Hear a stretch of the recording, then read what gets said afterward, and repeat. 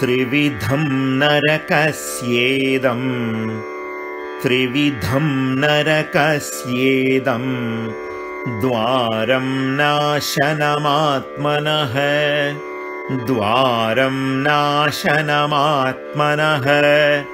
कामः क्रोधस्तथा लोभः कामः क्रोधस्तथा लोभः तस्मादेतत्त्रयं त्यजेत् तस्मादेतत्त्रयं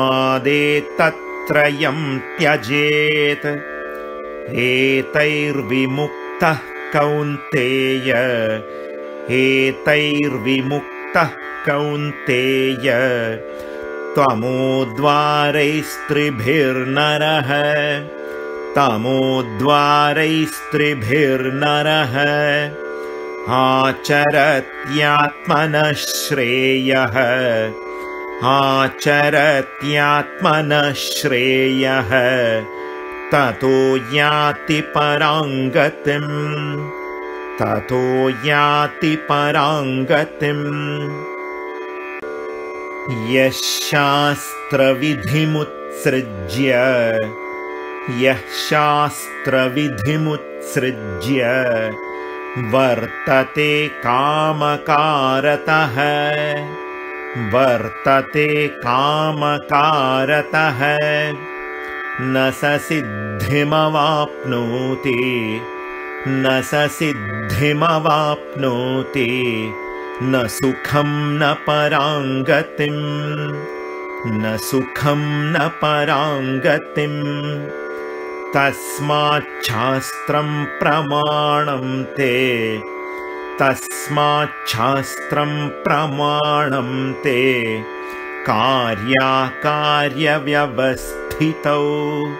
कार्याकार्यव्यवस्थितौ ज्ञात्वा शास्त्रविधानोक्तं ज्ञात्वा शास्त्रविधानोक्तं कर्म कर्तुमिहार्हसि कर्म कर्तुमिहार्हसि ॐ तत्सत् ॐ तत्सत् इति श्रीमद्भगवद्गीतासु इति श्रीमद्भगवद्गीतासु उपनिषत्सु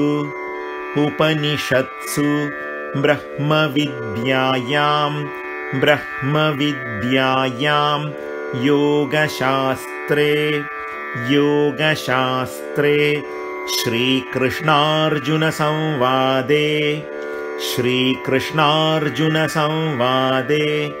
दैवासुरसम्पद्विभागयोगो नाम